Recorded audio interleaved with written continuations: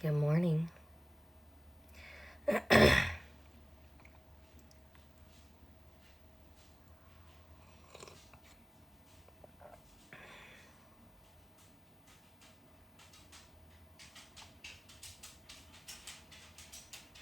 Oh, here comes Oscar. Good morning. Why are you limping? Why are you limping? Oscar! Oscar now. You got your own water. Why are you limping? From acting a fool last night? Good morning. That's so funny. That's my dog. That's hilarious. Good morning.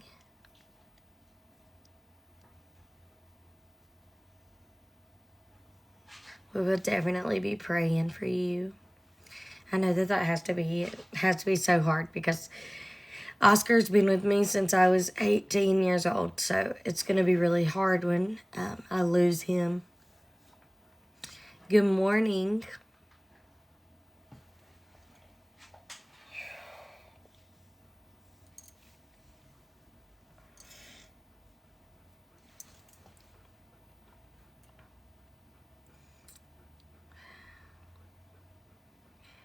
Yay, Lori. I cannot wait to see what you think. Good morning. I can barely see this morning. I got like 3 hours of sleep. I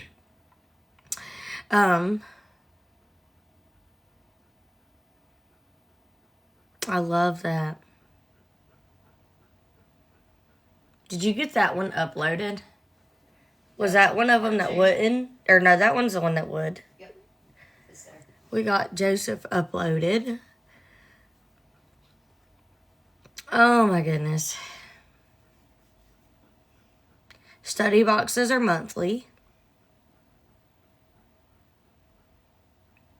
But I am so tired this morning.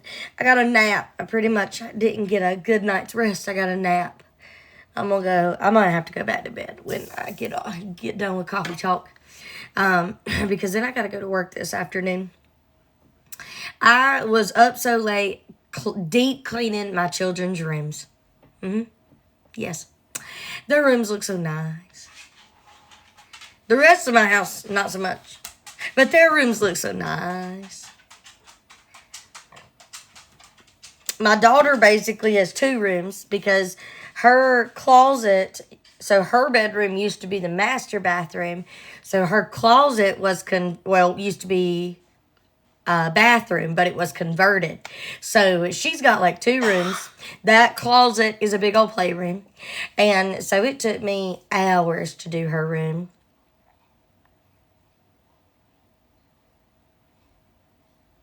I don't know, but it gets on my nerves too.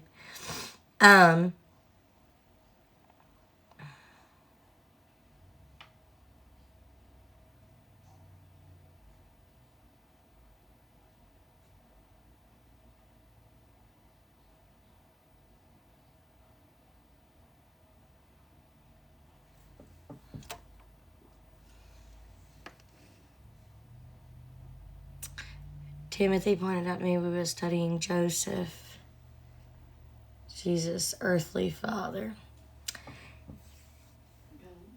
No. Jesus comes from the line of Judah. But now Joseph and Jesus align together. Like you can see Jesus' life in Joseph. But it went Abraham, Isaac, Jacob, Judah. And then Jesus come from Judah's line. Does that make sense? But now Joseph and Jesus, their lives mimic each other.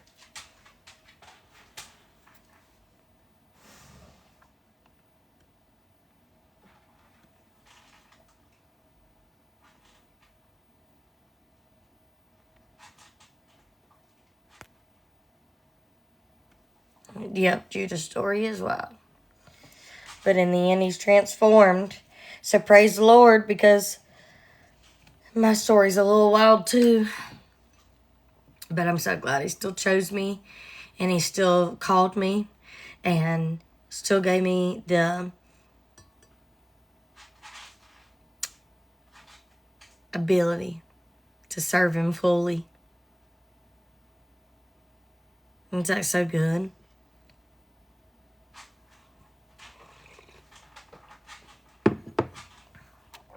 Let's see. I think the biggest one for that is Proverbs. What proverb is it? Lean not into your own understanding. 3, 5 through 6. 3, 5 through 6, right? Yeah, I knew the 5 through 6. So Proverbs 3, 5 through 6.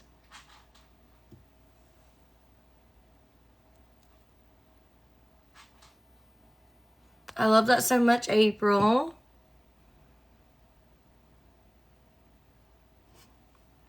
Okay, I got a question. So we can look at the story of Job this morning, or we can look at a psalm that I did. We could actually probably look at 2 psalms that I did the other night. So do y'all want to do Job, which I want to tell y'all is pretty good. Okay? I know you're skeptical if you've been with me a while, because we went through Job every single chapter and it was a doozy of a book. But this quick overview of Job that I can give you and break down in 1 hour, hopefully, I don't know, it might take 2.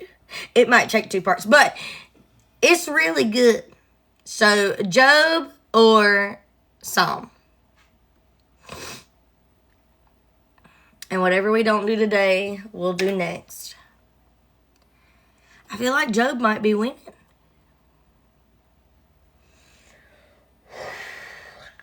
Wake me up, Lord. Wake me up.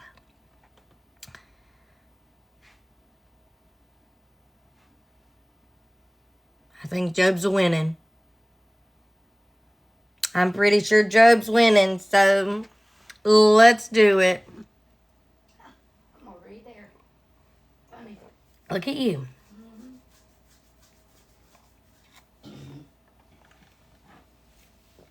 All right.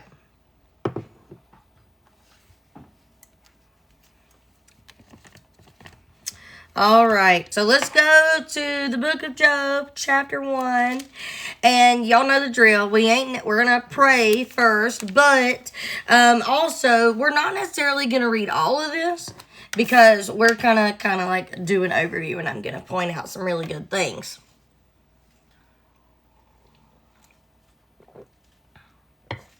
I probably haven't yet. I will look at it today. I gotta work today. I know I said I was going to sit at my desk yesterday, but I, in fact, did not do that. Instead, I just cleaned and cleaned and cleaned. But that's what I do when my life's a mess. I clean. When I need to reorganize my thoughts and my mind, I clean. I just clean. And that, I cleaned. That's all I did. I know. My kids' rooms are so clean. Like, I told Emma, if she didn't keep it clean, I was gonna live in it, and she could have my room. Book to recommend after Acts? I think just keep going. Go all the way to the end.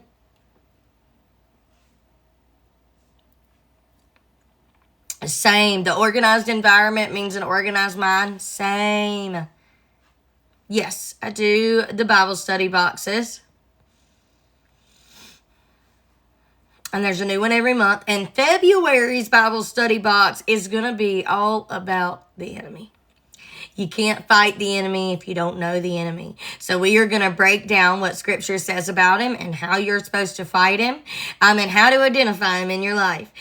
Because, sometimes it is the enemy's doing, and then sometimes it's a consequence of our own actions. So, I'm really excited about that one.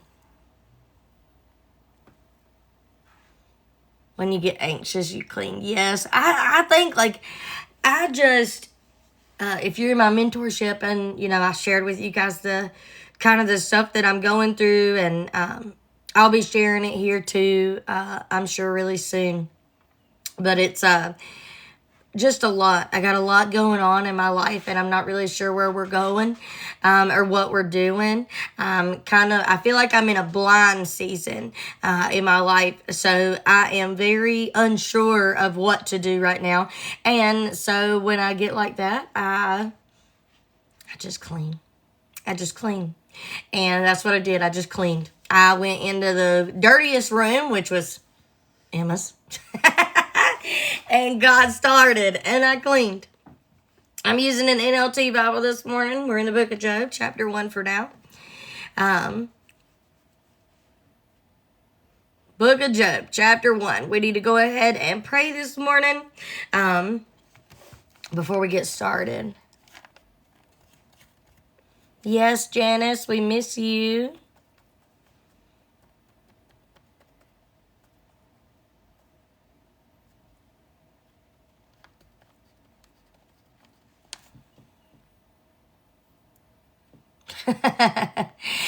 Fun fact, I love to organize and clean. So that's actually what I thought I would do with my life. I thought I would help people organize their spaces in their homes. And at one point, that's really what I thought I would do. Because organizing and getting rid of old stuff and getting rid of clutter and living that minimalist life, I love that and enjoy that very much. But turns out I was called to teach. When you say recommendation on She Reads Truth Bible, like, what do you mean by that? I mean, there's only a She Reads Truth and a He Reads Truth, so I'm not sure what do I think about a She Reads Truth? Is that the question? Y'all so funny. Yes, Amanda, it is. Ain't that funny? Good morning. Okay, let's go ahead and pray before we get started. Lord, we just praise you and we thank you. We praise you and for all you've done, Lord, and we thank you for all you're going to do, Lord. Thank you for giving us another day to serve you, Lord, to bring you glory in our lives, Lord.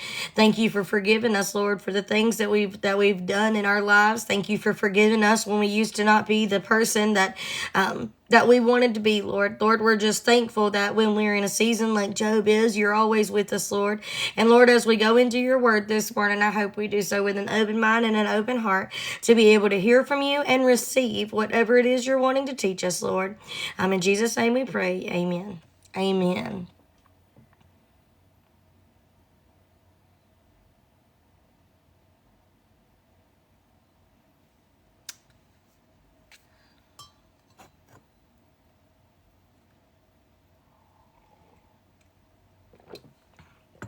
All right, let's jump into the book of Job. Let's see what I can gather here. Are y'all ready? All right. So the book of Job is, let me give you some background first. The book of Job is actually believed to have happened I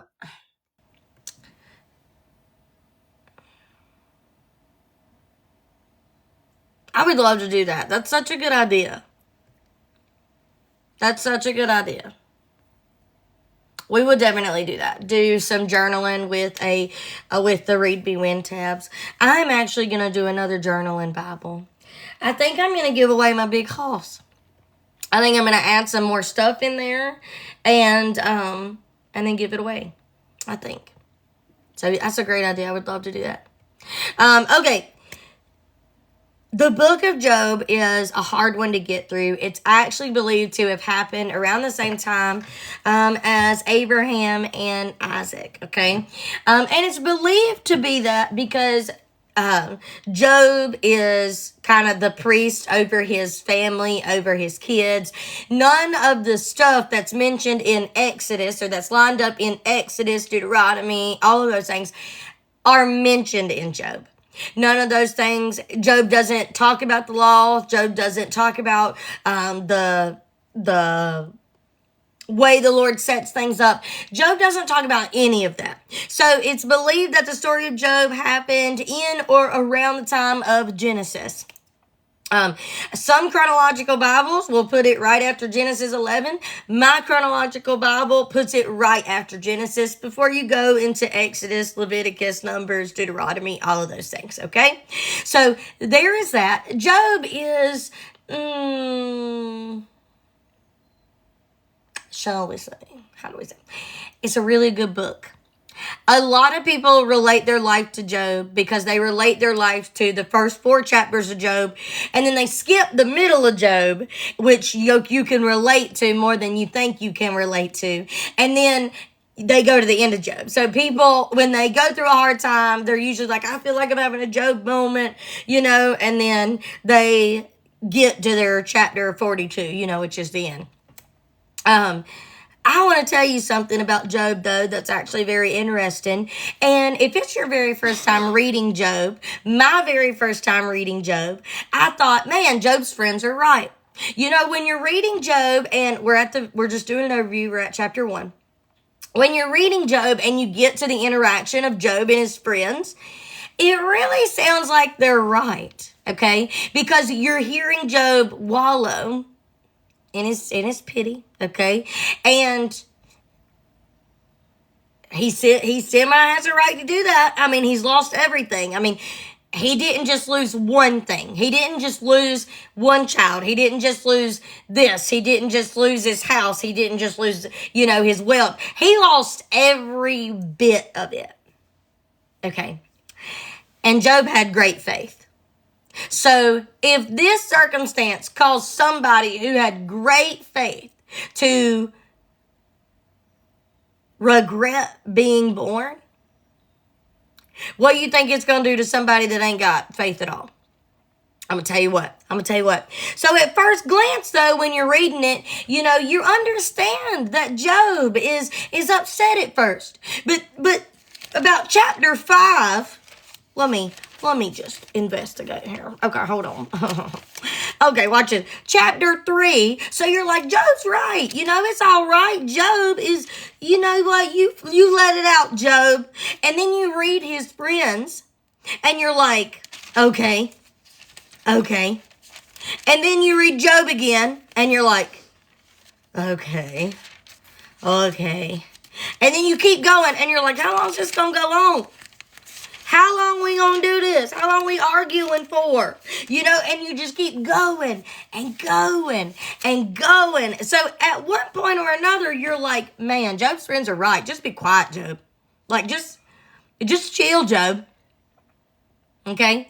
When I first read the book of Job, I was like, not really sure what the big deal is because Job's friends sound right.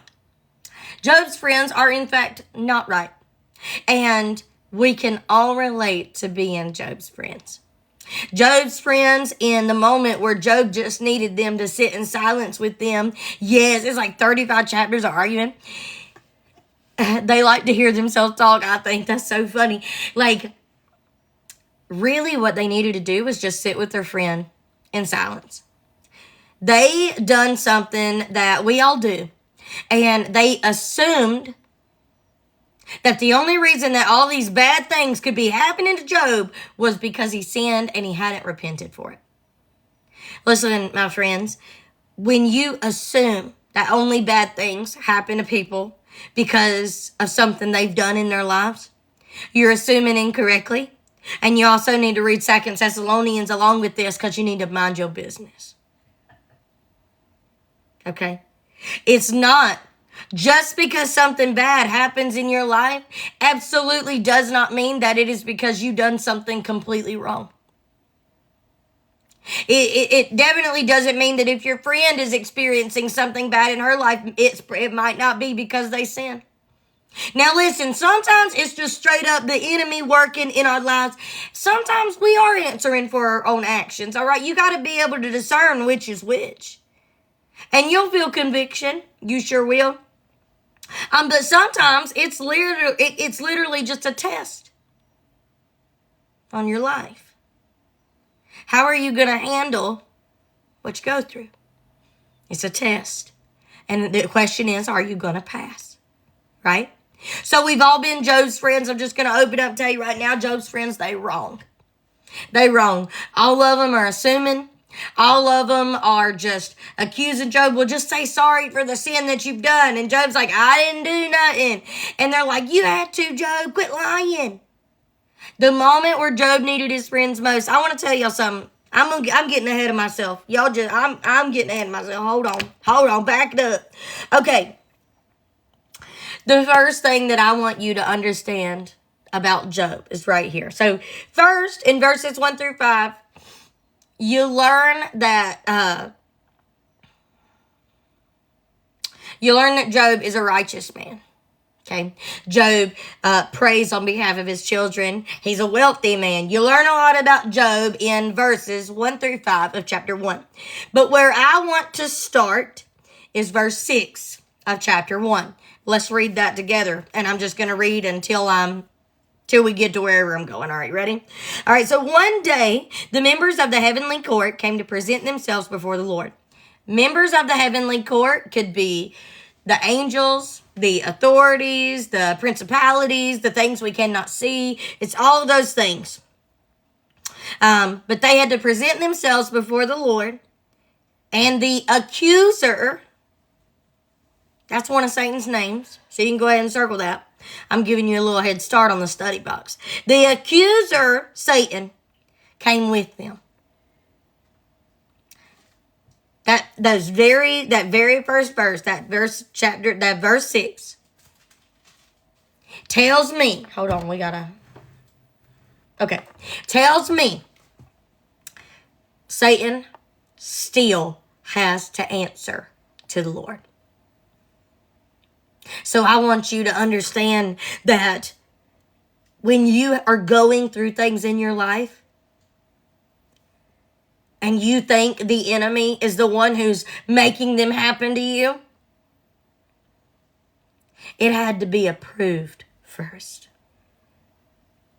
Okay? He couldn't just touch you. The Lord allowed the test. Okay? Let's keep reading. Where have you come from? The Lord asked Satan. Satan answered, Lord, I have been patrolling the earth, watching everything that's going on. If you wonder what Satan does, there's the answer. He patrols the earth, watching everything that's going on.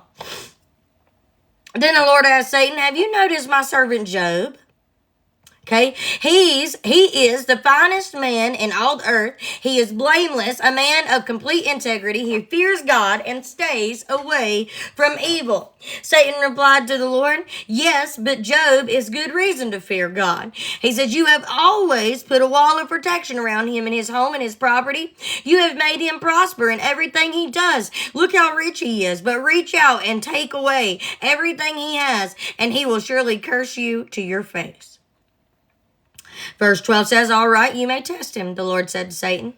Do whatever you want with everything he possesses, but do not harm him physically. This is so good. So Satan left the Lord's presence. Then what? Let's just stop right there. Hold on. When you read this, sometimes you're like, well, if Satan had to come before the Lord, and the Lord allowed Satan to test Job, then you might ask yourself, well, what kind of Lord you serve? Kind of Lord you serving, right? Why would he let somebody do that to you? Friend, I'm going to give you a bunch of reasons. And the main one, to me, is the whole world would need the story of Job. The whole world would need the story of Job. Do you know how many people relate to the story of Job?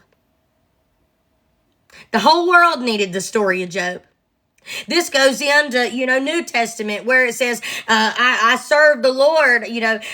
What did Paul say? Paul said, he said that he would, I'm paraphrasing by the way, but he said he would love to die, but he wouldn't for the sake of the people. because it was better for him to live and tell people about the Lord and all the things than it would be for him to die right now and go be with the Father, okay? So Job had a purpose. Even in the madness, even in the hardship, he had a purpose to fulfill, and everybody in the world would need the book of Job one day. Listen, you have lived all your life, and I know you have had a Job moment. You've had a moment when you related to Job. I've had a couple of moments when I've related to Job, okay? So it wasn't any of that. And my favorite part about this is God only allowed it because he already knew the end. I think we are forgetting about that. God allowed what happened to Job because God already knew Job was going to go through a little bit of a depression. Yeah, he was going to do that. And God even knew I'm going to have to go, whip Job back in shape. I know I'm going to have to do that too. But Job still will not forsake me. So go ahead, Satan. Because Satan can't tell the future. See, that's the whole thing. Satan has no idea where you're going or what's going to happen with what he's going to do. No clue. So Satan really thought, let's play this game. And the Lord said, if you would like, because he's going to be faithful. So the main reason that the Lord was like, go ahead. Go ahead. Because he already knew Job was not going to forsake him. He already knew the end of that story. He already knew that the enemy wasn't going to win this one. But see, as we keep reading, I've been reading Job this time, talking to myself. Yes, I talk to myself a lot about if I was going to teach on this, what would I say?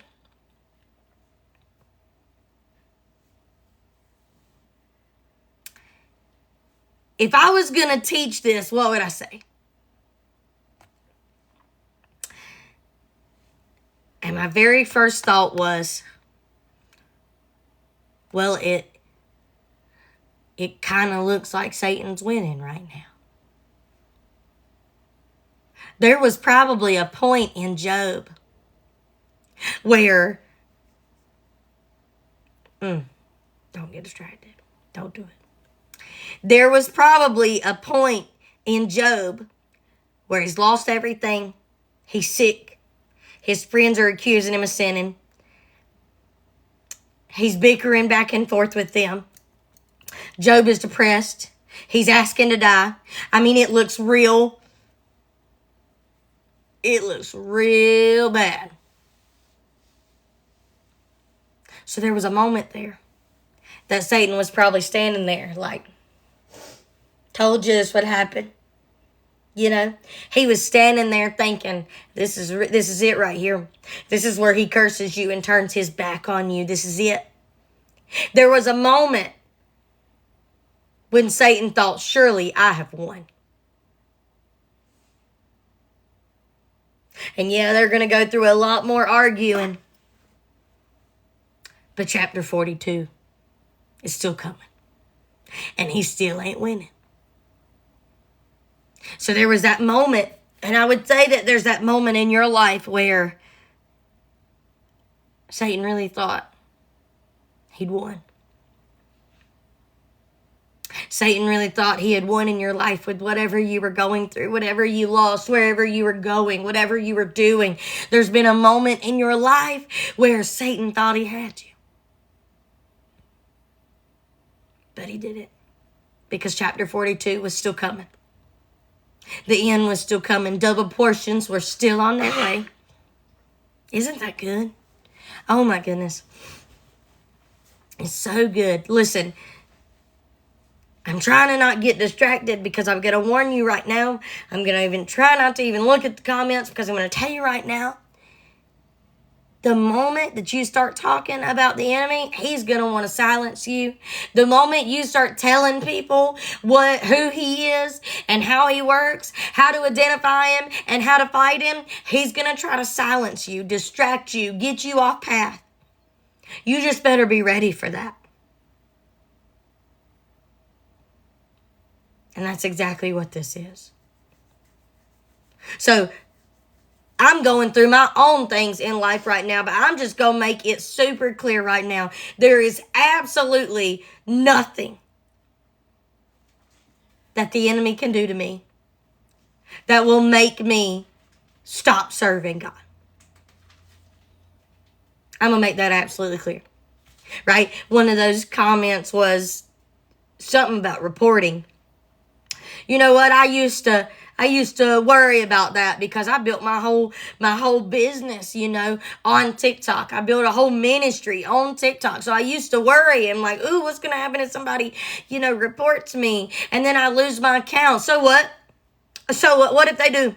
They've already made so many accounts of me using all my things. People be thinking it's me trying to ruin my name. I don't really care.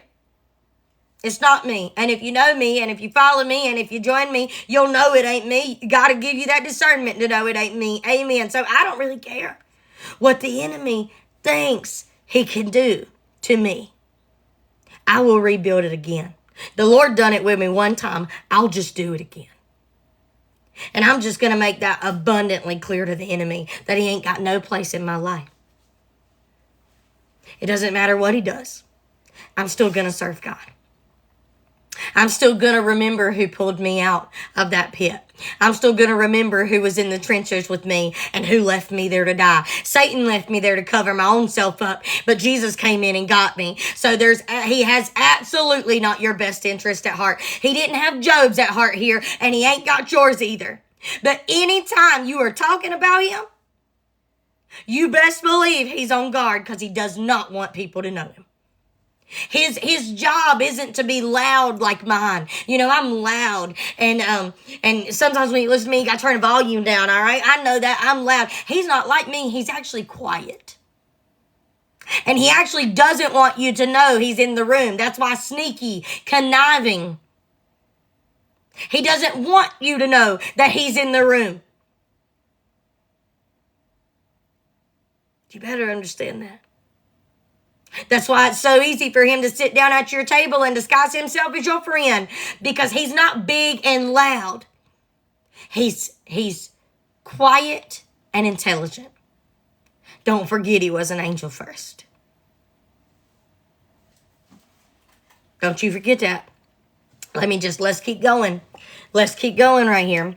It says, so verse 13 said, one day when Job's sons and daughters were feasting at the oldest brother's house, a messenger arrived at Job's homes with the news. Your oxen were plowing, with donkeys feeding beside them when the Sabines raided us. They stole all of our animals and killed all of our farmhands.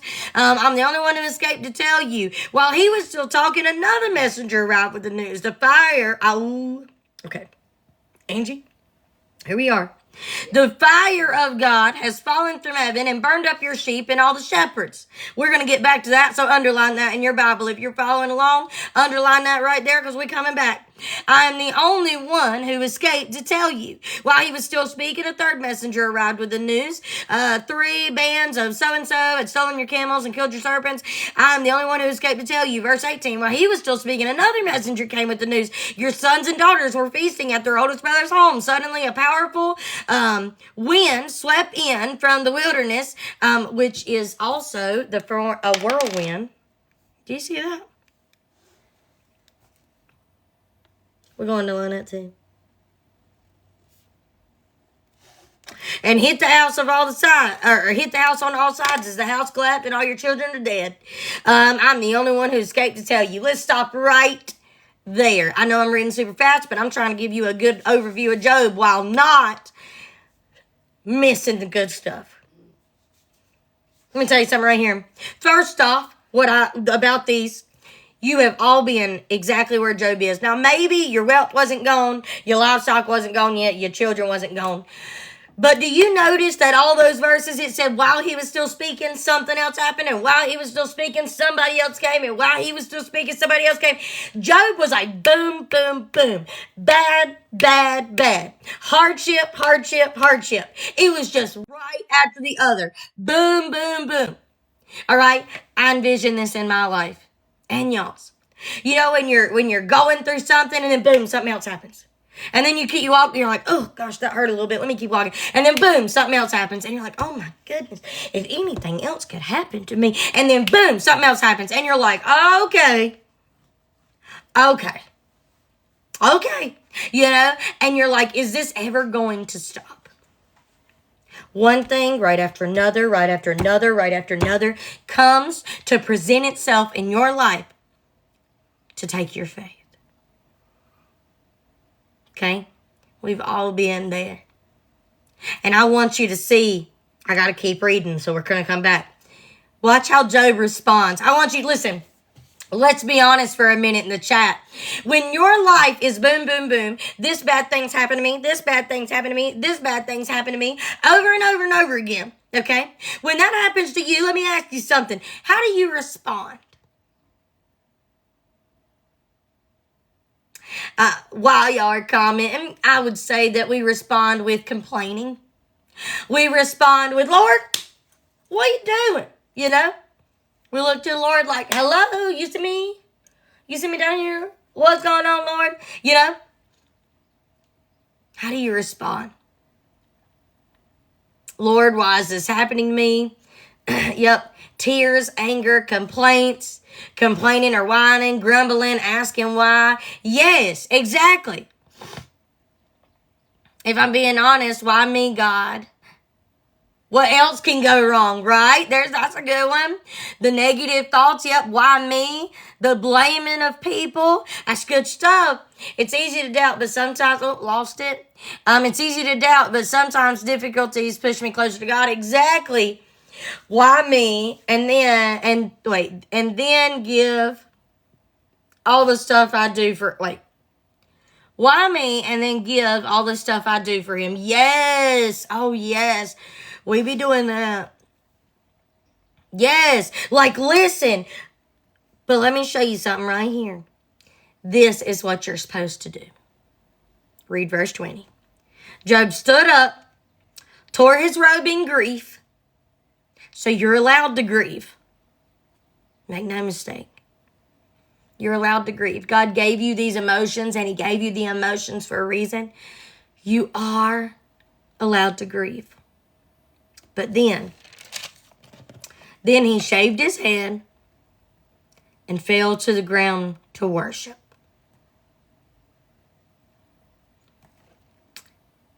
He said, I came naked from my mother's womb, and I will be naked when I leave. The Lord gave me what I had, and the Lord has taken it away. Praise the name of the Lord. In all of this, Job did not sin or blame God. He was grieved, but he still worshiped. He acknowledged where his wealth come from anyway. He acknowledged where his life came from anyway. And that was from the Lord. And he acknowledged the Lord has taken it all away. Okay. And he still praised. He still said, the Lord has taken it all away. Praise the name of the Lord. Do you honestly say when the Lord takes things away from you, do you honestly say the Lord took it all away? Praise him, Lord. I would say that we don't. The Lord takes it all away and we're like, why? I worked so hard for that, Lord. I've been out here just doing my best. Why you got to take that away? I really love that. Sometimes that's what it looks like. It looks like, Lord, why you got to come into that for? I really like that, Lord. But really, it's just acknowledging that everything you have, it comes from the Lord. Whether you know it or not, it belongs to him, not you. And he gets to decide how to deal with it as he sees fit. And that's one of the reasons that I use every aspect of my life to serve God. I use my home to serve God. When people don't have places to go, they find their way here. When people need me, I'm there. If I got $5, I'll give it. because it's not mine to begin with. It's just like I said a minute ago. You know, if I was to ever lose my accounts and all that, the Lord's who built them. He brought y'all here. What is it to me? It's all His. Everything I have, everything that I own, it's His. So if He decides to take it, it's His to take. And I'll just figure out where He's taking me. Right? It's a good word. But now I want you to notice something that's going to blow your mind, and you're going to love it right now. Let's go back to verse 16. And while he was still speaking, another messenger arrived with the news. The fire of God has fallen from heaven and burned up your sheep and all the shepherds. Who sent that fire?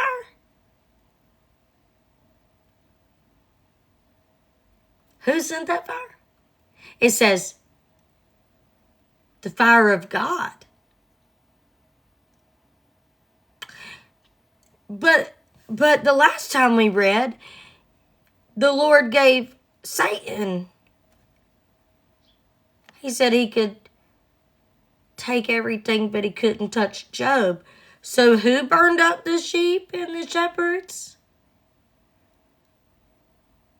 They said God did. You see this right here, this verse right here is a prime example of Satan himself disguised as light. Satan can disguise himself as light. And this right here is the prime example. His friends, Job's friends, thought he had sinned because of the way Satan decided to take away everything. Satan disguised himself as light and came down in fire like the Lord does. That's good. So no wonder everybody was saying, Job, you just say sorry, man, repent. Do you know, come on, Job. Because they all thought that God had burned it all up. It's verse 16. But Satan had only disguised himself that way.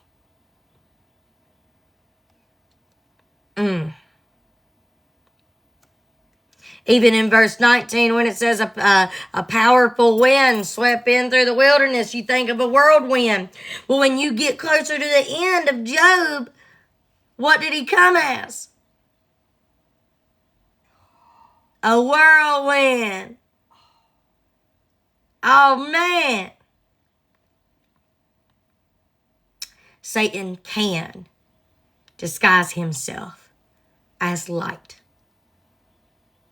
Because while you're defeating your foe with the name of Jesus and his blood, you better know that he was the number 2. He was an intelligent angel. His angel name was Lucifer. And it means light bearer. He didn't become Satan until he got kicked out because of pride and envy. So don't you forget for 1 second who he is and how he can disguise himself as light. Yep, light bearer, like he bears light. That is what Lucifer means. But his name ain't Lucifer anymore, so to say. It's Satan now. Lucifer was his angel name.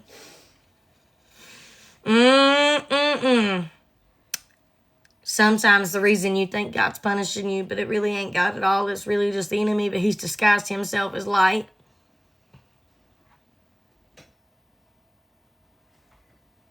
So it really looked like it was the Lord. Let me promise you something. It ain't always as it seems.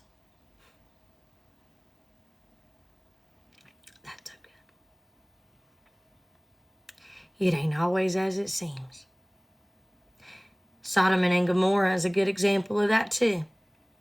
Lot, Abraham said, Lot, you decide where you want to go. There's all this land, you pick. Even though Abraham could have picked, he let Lot pick. He said, you pick. You go there and I'll go the opposite way. And Lot said, it looks really good over there, really fruitful. I think I'm going to go over yonder. Over there to Sodom and Gomorrah. I think I'm going to go over there, a little real fruitful over there. It ain't always as it appears, because he was walking right into the town that was going to be burnt up because of their wickedness. Just because it looks good on the outside doesn't mean that it's good on the inside. Just because it looks good and fruitful doesn't mean that it's good and fruitful. You better live this life understanding that your perspective is limited. You have no idea what is beyond what you can see. All you can do is see what's right in front of you right now. But you need to look at it knowing that your perspective is limited. You can't see it all. And that town might look nice, but in a little while it's going to be burnt up. And that place that might look good, but in a little while it ain't going to be. And that test you're going through, it may look like the Lord's punishing you, but it's Satan disguised as light.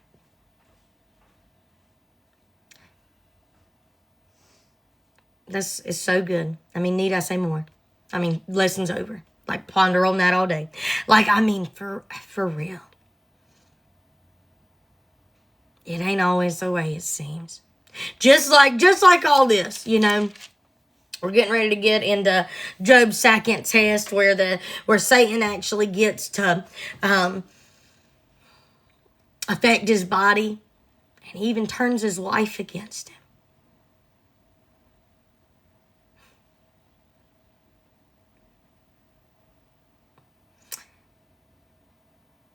You know, me and Steve in our podcast this week, we read how about a good reputation. And today I'm really glad for my good reputation, because it's my good reputation that I've done for myself to realize that everything I do is a reflection of the Lord. So I want my reputation to reflect the Lord. You see, it's in these moments where I'm going through tests that I'm really glad that that's what my reputation says. Because when I tell the people that are with me and I look at them and I say, listen, I don't know where we're going. I don't know what it looks like. And I'm really not sure where we're going to be in a couple of months. I don't know right now. But I promise I won't let y'all down. I promise y'all ain't going to go nowhere. I have no idea. I promise I'll work overtime if I have to. I promise I'll take care of everybody in my circle. I have no clue where we're going. I do not know what it's going to look like, but just trust me, because I'm trusting God. And if y'all can't trust God right now, I'll trust God for us. Y'all listen to me. I promise we're not going to fall here. God didn't bring us this far to let us fall here.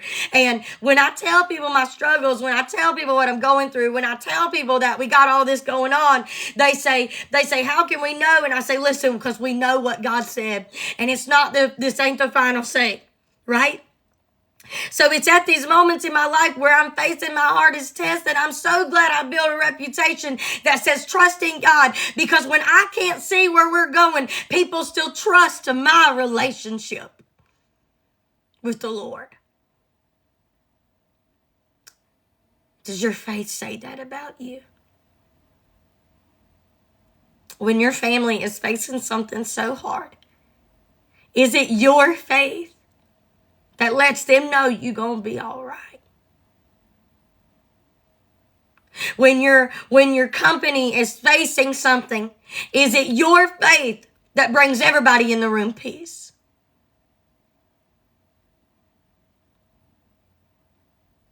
It's what a reputation does.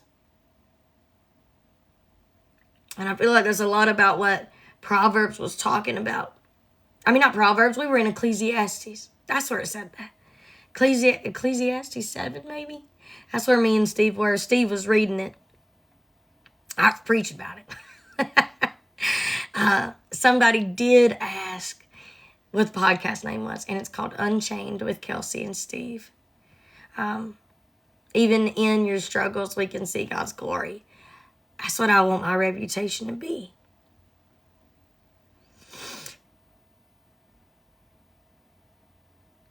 Job's so good. In chapter 2, Satan had to go before the Lord again, and again he's called the accuser. And the Lord still asked him, where have you come from? And Satan answered, Lord, I've been patrolling the earth, watching everything that's going on. Verse 3 of chapter 2, then the Lord asked Satan, have you noticed my servant Job? He's the finest man in all the earth. He is blameless, a man of complete integrity. He fears God and stays away from evil. He has maintained his integrity, even though you urged me to harm him without cause. Satan replied to the Lord, skin for skin. A man to give up everything he has to save his life. I roll. You're wrong, Satan. Oh, so good. But reach out and take away his health, and he'll surely curse your face. He didn't just take his health. You keep reading. And his wife was even like, just curse God and die. Man, Job's really got it going on here. I'm telling you what. He lost everything, and the one thing he has left, his wife, she's like, just curse God and die. Bruh. Like, what you doing, woman?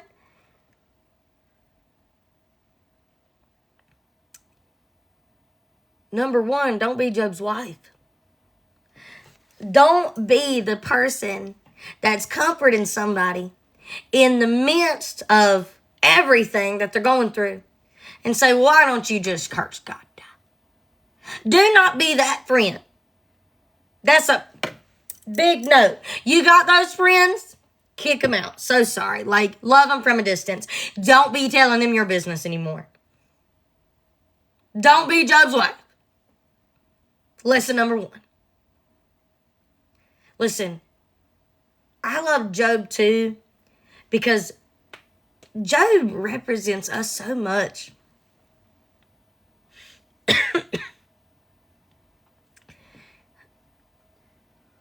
Because Job couldn't see the end.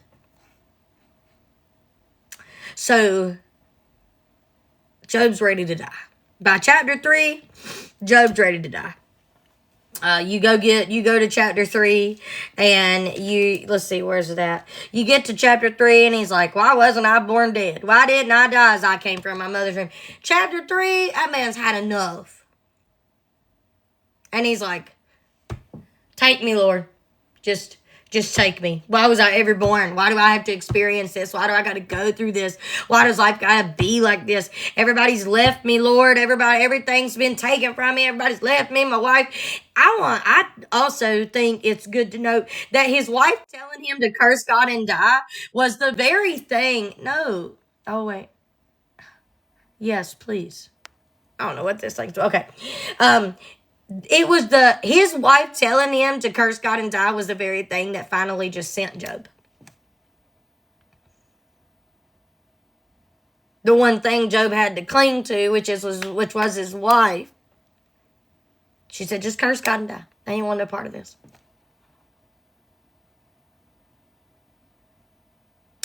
And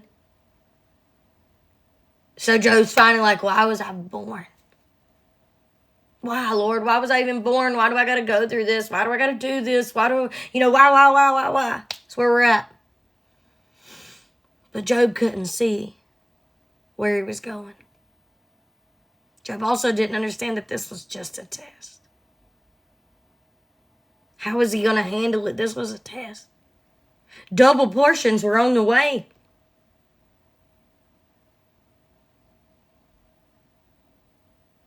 But he couldn't see it. He couldn't see that double portions were on the way, but they were. They were on the way.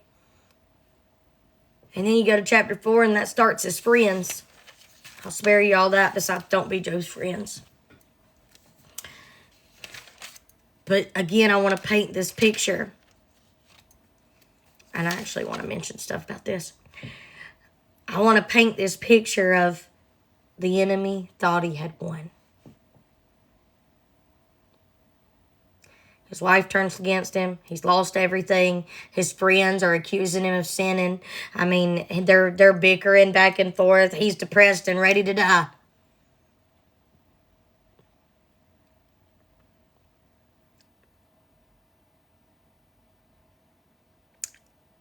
It looked a lot like Satan sure was getting the job done. But I would love to have seen his walk of shame when double portions arrived. Oh my goodness. And Job passed the test. Oh my goodness. Good job, Job. But I also want you to know that in the midst of this, so when you get to chapter 38, the Lord has to challenge Job. Because while Job was wallowing in his pity, Job was on this fine line, okay? He never cursed God, but he got this close, okay? He was real close, okay? But he didn't. But now Job did have another problem. I feel like in Job's struggle, there came a time when the sadness almost turned to anger. So he started saying, instead of saying, I wish I would die when I was ever born, he starts saying, me, I, why me? I this, I that, I did this, I was righteous, I was this, I did this for you, Lord, I did that for you, Lord. He starts pointing things at him, like, how could this even happen to me? Because I am your servant. Listen, being God's servant does not mean you will not struggle, so just get that out your mind right now. Get that out your mind right now. Whoop! Take that thought out. It's gone. Throw that on out. That ain't what that means. Being a servant of God honestly means that they will oppose you more. They will not understand you. You just better buckle up, Buttercup. It's going to be the best adventure of your life, but you going to struggle every step of the way because the world don't get you. You better get okay with the world not getting you. And sometimes it means you're Job. Sometimes it means you gotta fail in life just to show people how to continue to serve God in your failure. Sometimes it looks like getting a couple hours of sleep and still showing up to speak the word even when your life's falling apart, okay? Because you serve God no matter what happens to you in your life, you serve God. Sometimes it's a model for others of how to serve God in the hard places, how to be in the hard places and still know God's good. You need to be accepting of the fact that your life may not always look like a field of roses, but you're wherever you are, you're with the Lord in it. It don't always look good. And it definitely don't always feel good. I'm sure Shadrach, Meshach, and Abednego definitely didn't think it felt good to go into that furnace turned up 7 times more. But by George, when that furnace got turned up 7 times more, it burnt the enemy as he put them in. That's it. That's it. So neat. They got through into that fire, and it was turned all the way up times 7. But the only person that it burned up was the ones who put him in. Don't you even worry about it. Battle's already done. It's already finished. God's already got it taken care of. Chapter 42 is on the way. Double blessing, double portion. It's already coming. What are you going to do in the midst of the struggle and the challenge and the blessing, the double portion that's on the way? What you going to do in the middle? That's what you need to ask yourself right now. Job had this moment of sadness and it turned into a moment of pride. It turned into, why would this happen to me?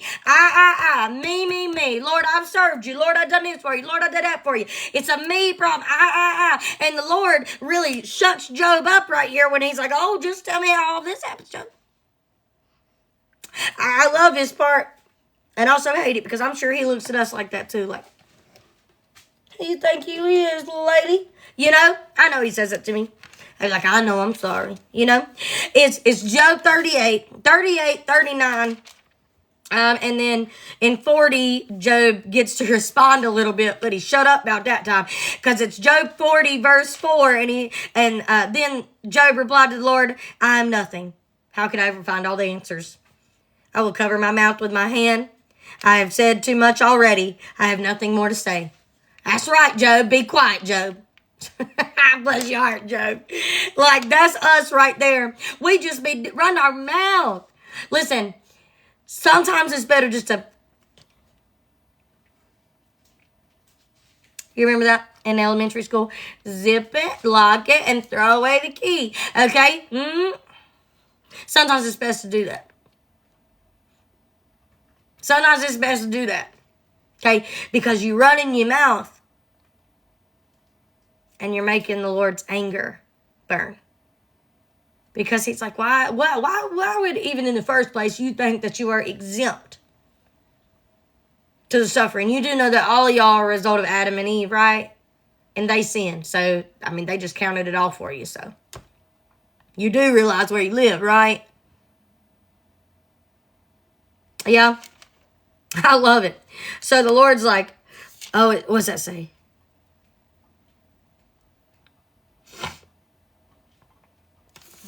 No, I ain't even going to read all that. But, long story short, the Lord puts Job in his place. And Job he ended up having to pray for his friends because his friends was wrong. But Job also had to, his pity turned into pride, so say, and he had to let that go. He had to be sorry for that.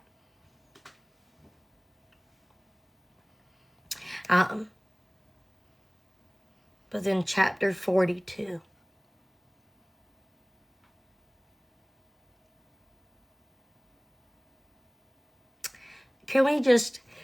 Let's just read chapter 42. How's that? It's not long. Let's do that. Let's talk about it. Y'all ready? He has struggled. I'm pretty sure in my studies, I want you to understand that all this happened in Job's life, and I'm almost positive it was about a year.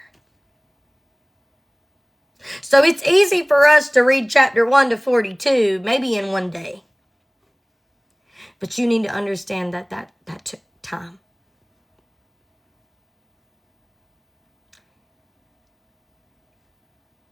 And it took a year.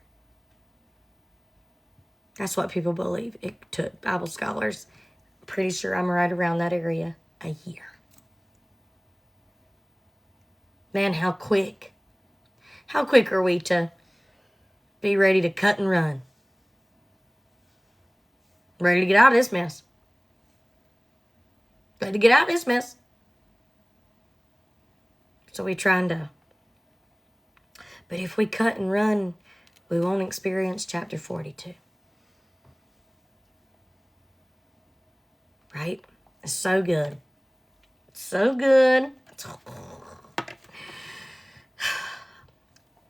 Chapter 42. Then Job replied to the Lord, I know that you can do anything and no one can stop you. You asked, who is this that questions my wisdom with such ignorance? It is I.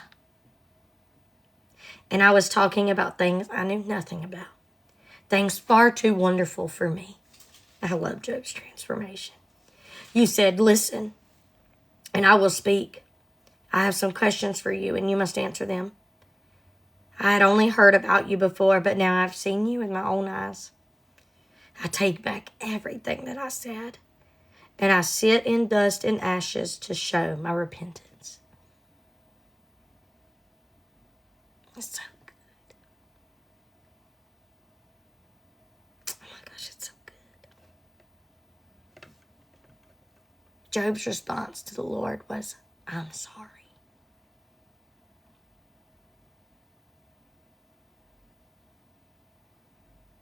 Job's response to the Lord was, I am sorry. Oh, it's so good. After the Lord had finished speaking to Job, He said to Elzaphath the Temanite, I am angry with you and your 2 friends, for you have not spoken accurately about me as my servant Job has. So take 7 bulls and 7 rams and go to my servant Job and offer a burnt offering for yourselves. My servant Job will pray for you, and I will accept his prayer on your behalf. I will not treat you as you deserve, for you have not spoken accurately about me as my servant Job has. So Elzaphath the Temanite, Bildad the Shunite, and Zophar the So-so-nite did as the Lord commanded them. And the Lord accepted Job's prayer. Listen, in the end, his friends who came against him could only repent and be accepted back to God by Job's prayer. And mercy, yes. I got something. What you got? What you got? Notice in chapter 1, Mm-hmm. it starts out with he is doing offerings for his children. Mm-hmm. It ends with him doing offerings for his friends. Oh, that's Job good. was always broken by the brokenness of his people. Same, Job. That's good. That's good. Same, Job. I'm broken by the brokenness of my people. Same. My coffee's getting cold. Verse 10. Hold up. Also, let's read verse 10. When Job prayed for his friends, the Lord restored his fortunes. That was a requirement. Job had to pray for his friends. I feel like that was the last test. This is just me.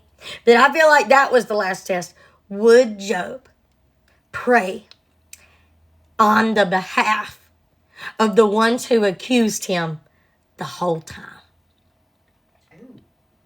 Because it says when Job Mm-hmm. prayed for his friends. Mm-hmm. Oh, that's good. Mm-hmm. That's when the double portion was restored. Mm-hmm. When because he could have looked at his friends and said, you remember that one time when you was accusing me? Yeah, I don't think I'll do that for you. Bye. He could have looked at his friends and said that, but no. His friends said, we're sorry. And Job said, let me pray for you. And it was only when Job prayed for his friends, verse 10, the Lord restored his fortunes. In fact, the Lord gave him twice as much as before. Double portion was coming, Joe. Double portions was coming, buddy. Like, oh my goodness. Then all his brothers, sisters, and former friends came and feasted with him in his home. And they consoled him and comforted him because all the trials the Lord had brought against him, and each of them brought him a gift of money and a gold ring. So the Lord blessed Job in the second half of his life even more than the beginning. For now he had double this, double that, double this. Blah, blah, blah, blah. 13. He also gave Job 7 more sons and 3 more daughters. He named his first daughter Jemima, something like that. The second so-and-so, third so I can't pronounce all these names. Verse 15, in all the land no women were as lovely as the daughters of Job, and their father put them into his will along with their brothers. Job lived 140 years after that, living to see 4 generations of his children and grandchildren. Then he died, an old man who lived a long, full life. Long and full. That's so good. Can I point out, he got double in everything Mm-hmm. because he had 7,000 sheep. Now he's got 14,000. Yep. 3,000 camels. Now he's got 6. Yep. They only received 10 children. Okay? Mm-hmm. He still got double. Because they in heaven. Yeah. Because Job was praying for them. In the beginning, he covered them in offering. That's good. Mm. That's so good. That's why Job only got 10 children. But he still got a double portion in everything. Because Job prayed on the behalf of his children were in heaven. And having 10 more kids gave him a double portion, because now he had 20 double portion. It's so good. I would have to look it up, but I think even his years on the earth were doubled. Yeah.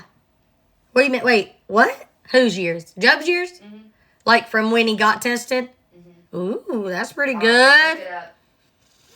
Yes, new bookmarks. I have some that are going to be going up today. Y'all want to see them before we get off of here? I'll show them to you at the end. Hold on. Because I need to do this first. I'll show you all those new bookmarks here in just a moment, but I need to do this first. I need to tell you today that if you're on here and you don't know Jesus and you want to, I want to help you do that. I want to help you do that. I want to help you come to know the Lord. I want to say this prayer with you. And as long as you say it with an open heart and an open mind, you can come to know the Lord today. You can come to know his provision. You can come to know his being with you in the valley. You can come to know his love and goodness. And matter of fact, you'll be able to spend eternity with him. And all of us fellow believers, accepting the Lord is the one. Listen, Satan will leave you in your pit. And he'll walk away laughing. But the Lord will reach in and he'll grab you out. That's the difference. Okay? So I invite you to know. You may have been dabbling with the one who's put you in a grave and he's covering you up. Okay? So today let's come to know the one who wants to reach in and pull you out. All right? So let's repeat after me and let's say this verse, or let's say this prayer.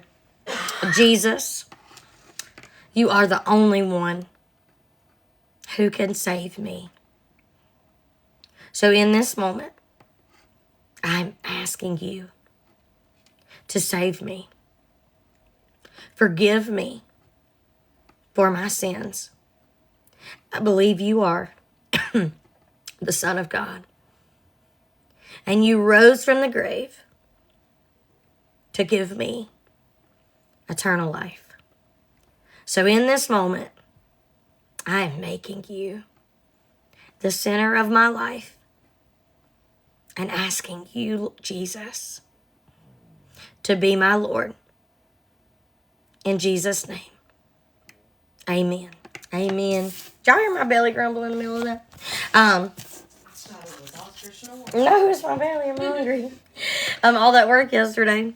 Listen, if you said that prayer with me this morning, please reach out to me. Please reach out to me. Let me pray for you. Let me know that you said it. Let me know. I love that so much, Christy. I love that. Let us know. Let us pray for you. I encourage you, meet us back here Monday, Wednesday, Friday, 7 a.m. Eastern Standard Time. I offer lots of resources to help you dig into your word. Your best way to learn everything about us is to go join our Facebook group, Purpose I Hope. It's Purpose I Hope on Facebook. If you don't got that, we got a website that shows all of our things. Friends, I have a YouTube channel that's got lots of videos on it to help you grow in your word. But please come back. Come back here. Study the word with us this year. Learn about your Bible this year. Let me help you do that. And in doing that, you will be able to be transformed by the Lord. You'll be able to learn and apply these things to your life and learn about the God who loves you and only wants to help you. But message us so we can pray for you and love you and help you on your new journey. My testimony is a big one, and I'm writing a book about all of it. I almost have it completely done. I only got 2 chapters left. But that book will be launched this year. But I definitely need to do a coffee talk one morning of just my testimony. Most definitely. Somebody asked me about new bookmarks. Let me show you. Yes, I'm super excited about the book. There's 4 in here, right? There we go. Yeah. So these are my favorite. These are my favorite bookmarks. I'm telling you what, these are like boho style. Y'all want some new pens? We do got some new pens coming. Wonder when Suzanne's bringing those. I do have new pens coming. So look at this one's so pretty. Look at it. I love that. I love those colors. So there's this one. I'm actually going to leave them out of the package so they don't got to do that today when I take pictures. So they go down in the spine of your Bible. So I don't think I have a Bible that's going to be wide enough to show you. Sometimes you got to cut these on like the sides to make them fit. But they go down in... Oh, that's not going to work. I don't want to mess it up but they go down in here. I'll show you mine when I get done. Because I want people to be able to cut these in a coordinates. But isn't this one? This one's really pretty. All my favorite colors. Like the floral, so it's like girly, but it's all like the boho colors. I love that. Hold on, I'll show y'all mine. And after I show you the new ones, I'll show you how they work. I don't know which one's my favorite. So this one's got like a blue. That one's my favorite. This one? Mm-hmm. I don't know which one's mine. I don't know. And then Angie makes some of these. She made all these that I'm showing you. These are so cute. I love them. And I like these more than I do the fringe. I ain't gonna lie. Because the fringe I don't feel like I can use as good as I can use those. Like, I'm always at multiple different pages in my Bible at a time. So, because of that, I need something that can easily mark all my places. So, I gotta take those to the shop today, and I'll be uploading those. I ain't gonna use that. This is how that works. And watch this. I want to show y'all something. So you do that and you put it down in the spine. And then you have all your little tassels. But I also want to show you this. This one, I've got to get the stay, which I'll show y'all how I'm going to make it stay. So this, watch this. I love this. I love this Bible. Anyhooser, I can't wait to fill this up. But watch this, friends. I put multiple. I can't even get it out now. I put 2 down in here. So now I have like a fringy. This is difficult. I have like a fringe going on. Y'all see that? With all kinds of different things. But I just stuck 2 of them down in here. Ain't that nice? I love that. Like, yes. So you can, in fact, buy multiple and put them all down in that spine. It makes your spine tight, and I don't think you could do more than 2. But 2 of them makes your Bible, it gives it that fringe look. This is an interleaved Bible, so every other page is blank. And this is an ESV. This is the one that I use. I use both of these quite a lot this year. This one, I do a lot of my personal journaling. I'm going to start doing more TikTok videos of me journaling in this Bible. And this one's the one that I read. I read it to Steve every night when we're going to bed. And this is what I'm using to kind of read the Bible in a year. So I do this and I read it at night. And then when I find something I want to dig deeper into, I use this.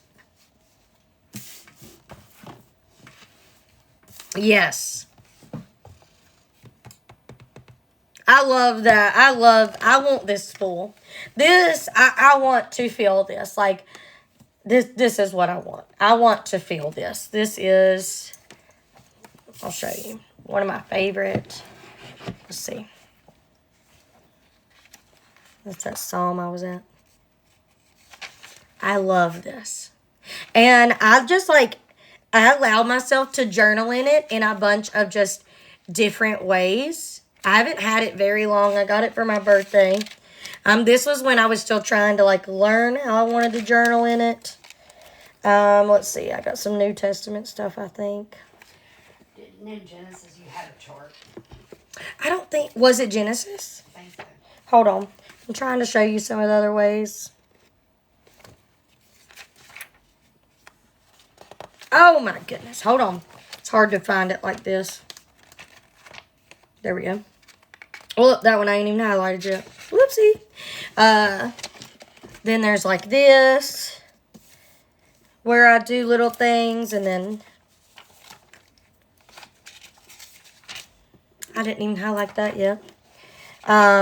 Sometimes it looks like this, or like this. And then sometimes I do little bubble maps. Where did I do that? What were we studying when I done that bubble map, friends? It was Peter, wasn't it? I think so. Yeah. Let's see. Let's see. So, oh no, yeah. Here's a little bubble map. And then I think James has a bubble map. Yep. I done a bubble map for James. And then I done a chart up here in Genesis.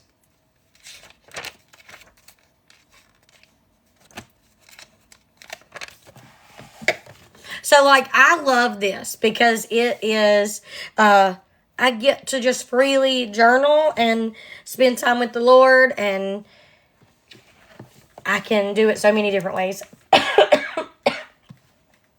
And I want to show people how to do it. This is in my Amazon storefront. It is the ESV Interleaved Bible. And if you click on my profile and go to the link in my bio, it's in the Amazon storefront. Along with a lot of resources that I recommend for studying. I have journaled in lots of Bibles. So I got this year. It was gifted to me by people who follow me and love me. But I have many Bibles that are journaled. My body hurts from all that cleaning. Okay. So, that ain't working out. Hold on. So, this was just a wide margin Bible.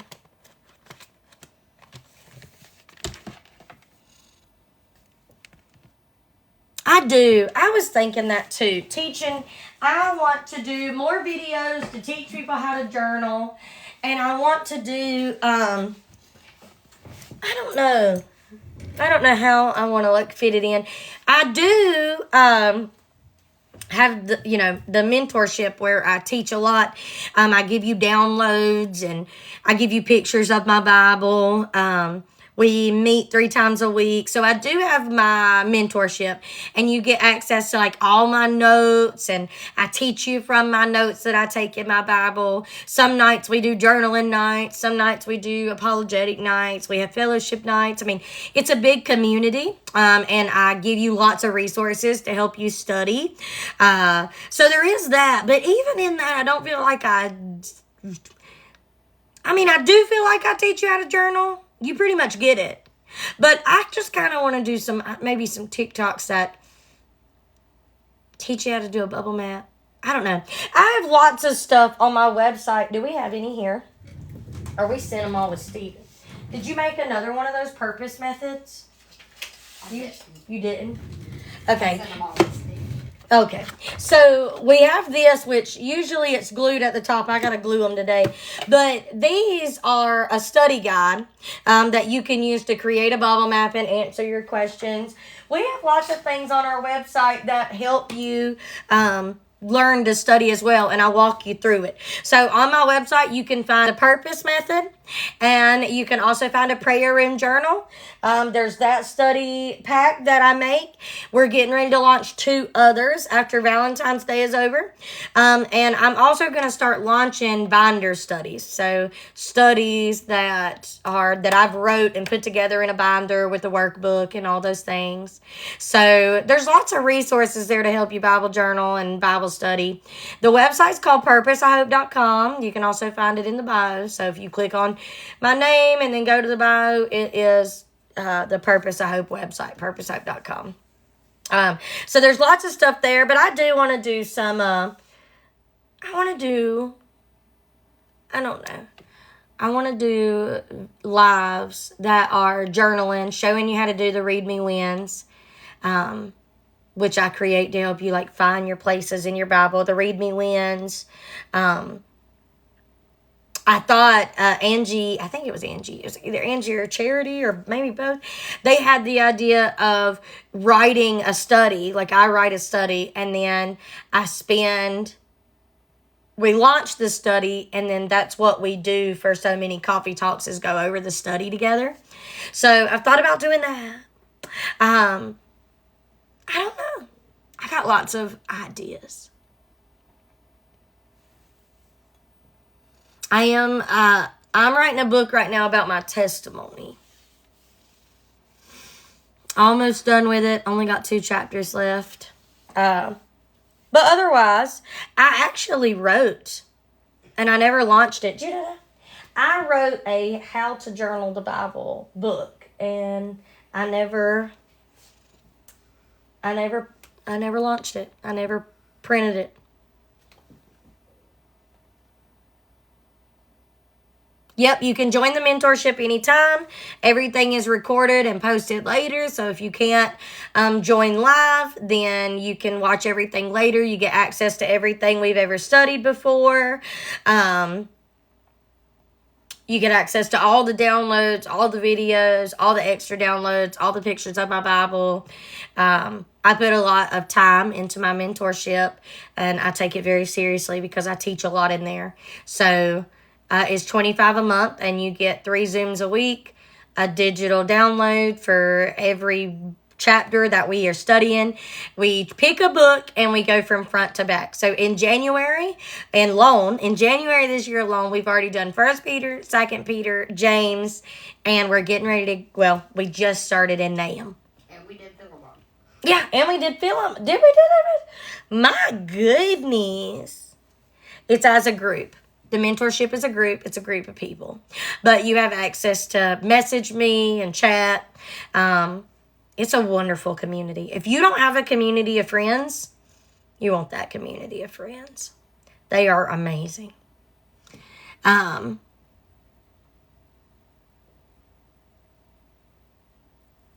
they're amazing. So you get lots of stuff for, I think I added it up for, let's see. If you was to buy all of my digital downloads that I have, and I actually got to work on getting more digital downloads uploaded, but if you were to buy all the digital downloads I have, you would spend, I don't remember how much it was, but it was a good amount, to where 25 gets you access to all kinds of more things. Click on the profile and go to the link in the bio, and it'll say Purpose Hope Mentorship.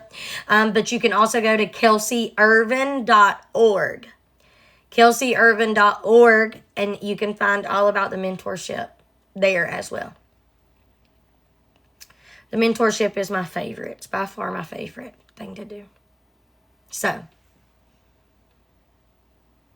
my Facebook is Kelsey Irvin. I think that's also linked in bio. It's got the little, Facebook thing. You can click on it. But it's Kelsey Irvin. And then the Facebook group is Purpose of Hope. Again, all of it's linked in the bio. I love that so much. And you're not locked into anything. So if you don't like it and it's just not for you, then you can leave. You are not locked into anything. All right, my friends. Angie does do. Yes, she do. Angie does a daily devotional. Angie's who behind me that you hardly ever see, but you hear her voice. But she does. She's who specifically helps me with my mentorship. And she does, little daily studies and all those things in there. Yeah, we're so sweet. All right, my friends. I love y'all so big. I'm hungry. Angie study. What is it? It's under Daily Studies, eh? Daily Studies with Angie. It's called Daily Studies with Angie. It's over there on the side in the app.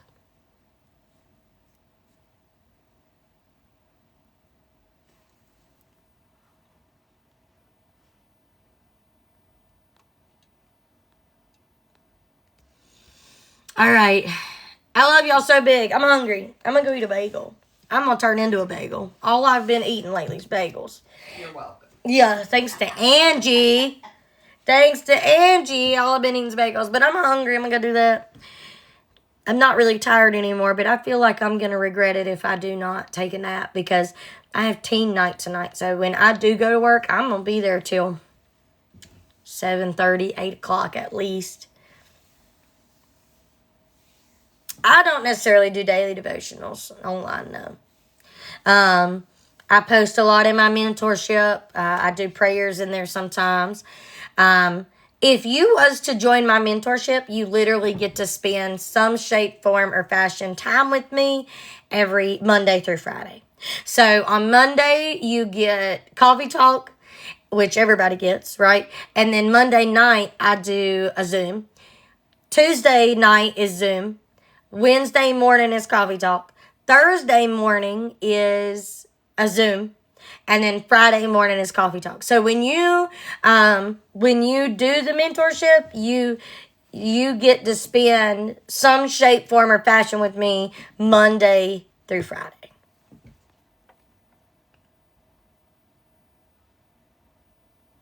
I have teen night at my shop tonight.